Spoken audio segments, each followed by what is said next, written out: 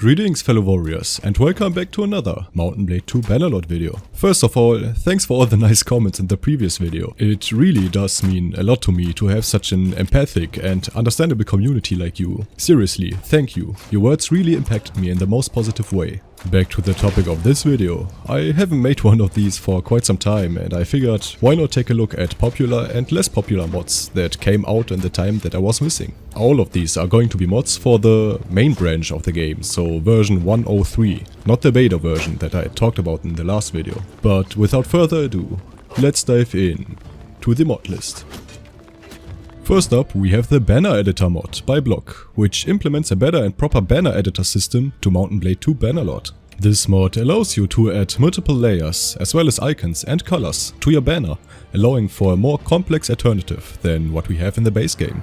You can use different base backgrounds, multiple primary and secondary colors, you can copy your banner or paste existing banner codes. You can use the randomizer to let it generate a banner for your culture, or use the pre-made banners that come with this mod. Honestly, this is a must-have mod for literally everyone that wants to be creative when it comes to banners. It adds a lot of depth to the rather bland and really uninteresting banner editor that we got with the game, and I am eager to see what Block will do with this mod in the future. Up next we've got War and AI Tweaks, which tries to solve different AI-related base game issues that just don't make any sense. The first problem this mod tries to resolve is that the AI will get free troops after respawning. Everyone will be in this situation sooner or later. You've decimated a huge army, resulting in a Pyrrhic victory, just for your foe to return with another batch of freshly baked troops 2 minutes later? This is absolute nonsense, but it happened in my game more times than I like to admit. This mod removes the free troops enemy lords get when they respawn. Now, they respawn like the player does, all by themselves, and have to fill the ranks accordingly. That means that winning battles is much more impactful and can actually turn the tide of war if you're losing or winning, depending on the situation. This mod also changes the way war and peace declarations are handled in the game. The AI currently just takes a random kingdom to see if it wants to declare war. There can be multiple kingdoms that meet this criteria, and that's the reason why kingdoms end up at war with multiple kingdoms for no real reason. Now they check to see which kingdom would be the best target to declare war upon every single time. The AI is heavily discouraged from declaring war when they are already in one. The more wars they're in, the more they are discouraged. This mod also changes the military logic. Raids and patrolling for armies has been drastically reduced. Armies are meant for attacking and defending. Clans will now prioritize defending the settlement to the highest extent. Expect clans to defend what is theirs. AI factions now behave differently when being in wars and will do everything they can to win and take minimal losses.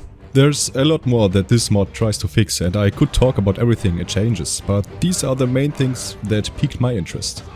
The author intends to add even more to this mod and tweak things in the future, and I can't wait to see how this mod evolves. Next up we've got Join Houses, which allows marriage between you and a clan leader, combining both of your houses. After installing this mod, a new dialogue option will open up called "We should join our houses and consider marriage with each other."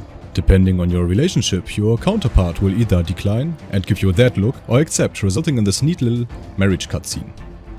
But relationship isn't the only value that matters when trying to merge houses. It also depends on what kind of title your counterpart has. For example, if she's a ruler or just a mere vassal, which tier the player clan is, and which tier their clan is, etc. to keep it more realistic.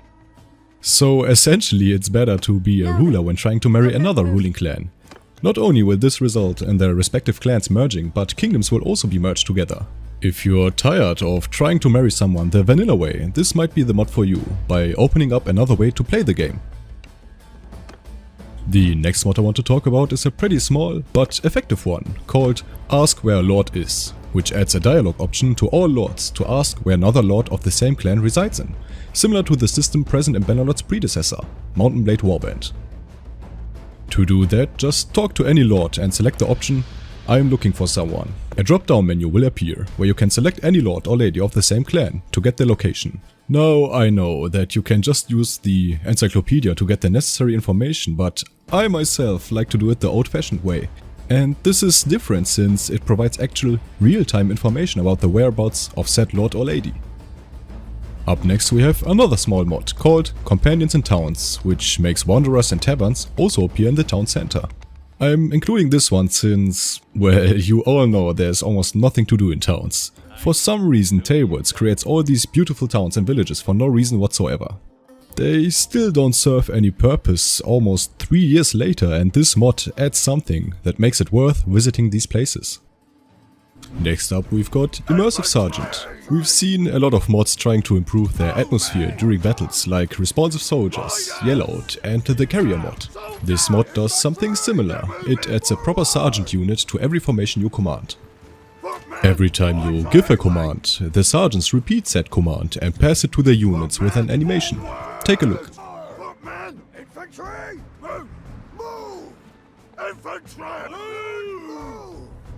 Units will also shout when you issue a charge command. Finally, we have proper sergeants on the battlefield. I've always wondered which guy is meant when you order your sergeants to take command, and now you can see and hear it. Up next we have Bannercraft, which adds armor and other items to the crafting system. With this mod you can craft armor, horse armor, shields, bows, crossbows, arrows and bolts in Bannerlord. Something that many of us have always dreamed of, and now it's reality. The material costs are based on the item tier, class and weight. For example, low tier cloth and leather armor needs linen or leather alongside some metal.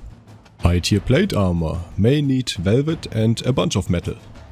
Crafted items are affected by what kind of perks you take. For example, with Experienced Smith, Master Smith and Legendary Smith, you'll be able to give a prefix to your item, boosting its stats and making them legendary. If your crafting skill is below the necessary difficulty level for said armor, the system has a chance to add negative prefixes to your item. The crafting of weapons and armor can now fail. This is based on the difference between item difficulty and your skill level. It really is a great mod, and it fleshes out the smithing aspect of the game quite a bunch. On the balancing aspect, it can be quite OP grinding that smithing skill now. So it's up to you if you're going to exploit this new system, constantly creating legendary armors for you, your vassals and companions, or not. Up next we have more hero interactions, which adds multiple interactions with heroes to spice up your playthrough and improve immersion. Some of the features are allowing you to give gifts to your clan members, improving your relationship with them. Marriage between your clan members, allowing you to get your clan members to be married to each other. Make companions your son or daughter, and disown children, making them a companion. Wanderers will now also ask to join you. Every time you enter a settlement, and there is a wanderer in the town, there's a chance that said wanderer will come and find you. The higher your clan tier, the higher the chance a wanderer will look for you.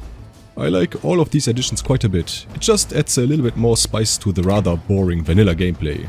Especially wanderers looking for you in towns makes it so you feel kinda important, because, well, the higher your clan tier, the more fights you've won, and the more people will talk about it, so it kinda makes sense. The next mod I want to talk about is called Norman Armory, now with shields and native improvements, which adds several Norman style helmets and shields that fit in the time period to Mountain Blade 2 Bannerlord. There is not a lot to say except that I really like the look of these items.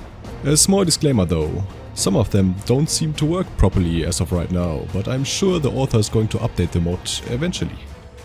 And the last mod I want to talk about is called Merchandise, which introduces 25 culture-specific food and merchandise items to Mountain Blade 2 Bannerlord. It also introduces a distance-based supply and demand trading system on top of the existing economic systems in the game. Bannerlord already reflects different cultures, troop trees, architecture and such, but it's not providing anything for more immersive trading gameplay. This mod tries to alleviate this issue. It adds culture-specific items like amber, honey, sausages, dice and much more to your playthroughs. These items get produced by the villages of that culture only and will be distributed in the economic system. Taking a look at the world map, you'll immediately notice that villages now have another icon, which indicates the culture-specific resource they are currently producing. Not all items have the same amount or rarity. That means that some villages might not produce these items for days or even months. Your price depends on the distance of the item's origin to the trader. Exotic items will increase your profit. After battles, it is possible to loot some of these new items as well, since villagers and caravans also carry these items. This mod opens up a whole new layer of being a trader in Mountain Blade 2 Bannerlord. It just makes sense that different cultures produce different kinds of items, which will then be traded all around the realm. And yeah, I guess that is it for this video. I hope you liked it. If you did, please hit that like button. It would help out tremendously, or maybe even subscribe to the channel. That would really make my day. Join my Discord server where you can talk with me and other like-minded people about all kinds of stuff. And I'll see you all in my next video. Become a member today and bye. Another huge thank you to Pyrolyzed, Edkaina, Chains, Max, Clinkyman and all the other members for supporting the channel.